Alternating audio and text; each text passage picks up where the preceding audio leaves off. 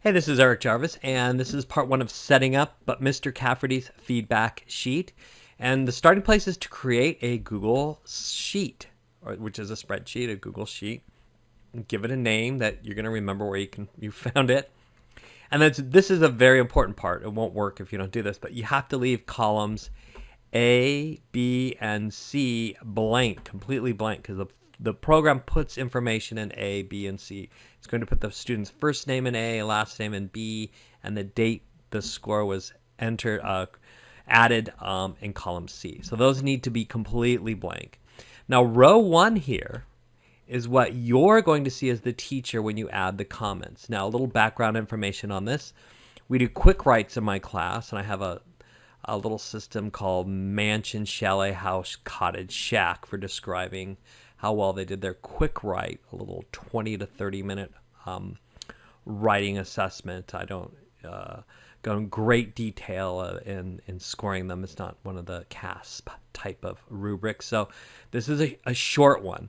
And so what I can do is, I decided to start with a short one, is row 1 is what I'm going to see. So I just see when I go to my I open up the add-on on the right side is this mansion, chalet, house, shack, cottage, or shack. So that's what I see. And then below is the description that's going to be added to their paper at the top of the paper. Now, keep in mind, they're not going to see what you see here. So notice I've written mansion twice. Mansion, outstanding, demonstrates depth of understanding. Inferences are made and supported. So that's my rubric sheet. So what happens next is the student goes into, usually it's Google Classroom, and I'm a student now, and I'm going to create a document. So this is the assignment, and I'm supposed to do my quick write, create the document.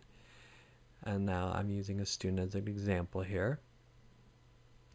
And there I used that student. And notice when Google Classroom names the assignment. So the only thing that kind of throws off Google Feedback Sheet is if the student has their middle name within Google Apps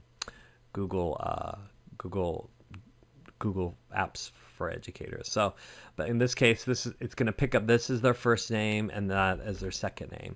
So let's say the student writes, student writing, yada yada yada. Student writes the paper.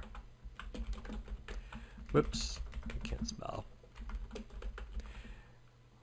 Really can't spell. So the student writes their paper, etc.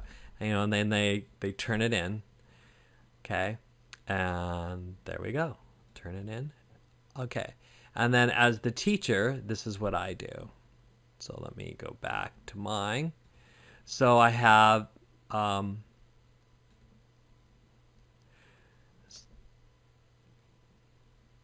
so it should have one done.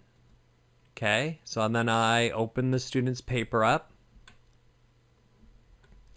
and now I want to say, this is outstanding. I've never seen such outstanding writing. So what I have to do is I go to add-on, and I get feedback sheet, and add feedback. So you have to get the add-on and search for Mr. Cafferty's feedback sheet. And then once you add it, it'll be here. So feedback sheet, and you click add feedback. I've never had that before. I'm going to allow to do all that stuff. So there's my feedback sheet, and notice that it has the last spreadsheet that I did. So this isn't the one. And notice, if this looks more like kind of a sample. If this were CASP writing, and I'd say he's got a 4.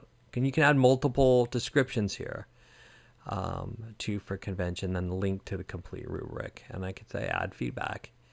And that'll add feedback to wherever this one is located. I'm not even sure.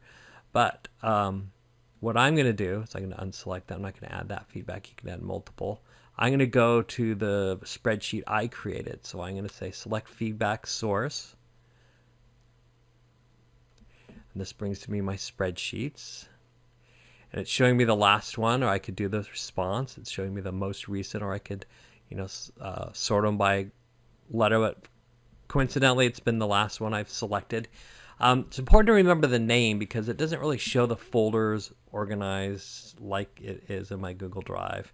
Kind of is just showing me spreadsheets. But anyway, this is the one I just created. I know by the name, so you might want to make sure you remember the name and give it a unique name so that you can find it later. So I'm going to double click that, and that's my new feedback selected. So that's what I chose. Okay.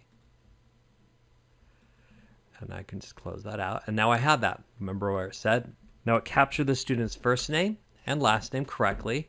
If it didn't, they have and it doesn't typically if in the event that the student has their middle name associated with their Google account. You can actually change it yourself. And you can just say, this is a mansion. And then you click Add Feedback. And it just puts it at the top of the page with your name. And then you can also make changes to it. You can write additional comments. Incredible. And then it has your name. And if you want to associate a letter grade to, you can. And that's at the top of the page. And then you can just close this out. And this is the student sees it. I see it. Can close that out and go grade the next one. I don't have a next one, but now on my response sheet I have his last name, first name, and it puts the last name first, and I have a record of what score he got. So here's another example of a more complicated rubric where I have more of a CASP style 4-point rubric with several types of clauses in there. So I could just select that one if I wanted to. But so he's got a record, the student has a record, and I have a record as well. And I found this very useful to add that at the top. And then I can see what they got as well. And I can evaluate my whole class on a spreadsheet as well. And in the next tutorial, there's how to see, how to calculate how many fours or how many mansions, like what percentage of students got mansions, chalets, etc. And I could do it for each assignment. See, are they getting better? Am I getting more movement from chalet to mansion as we write these every couple of weeks or so? Or are they all, is it staying flat in my class? And so I'll show that in the next one, how to calculate what percentage got each category. So thanks for watching. Hopefully this was a help to you. I really love this application myself. So good luck.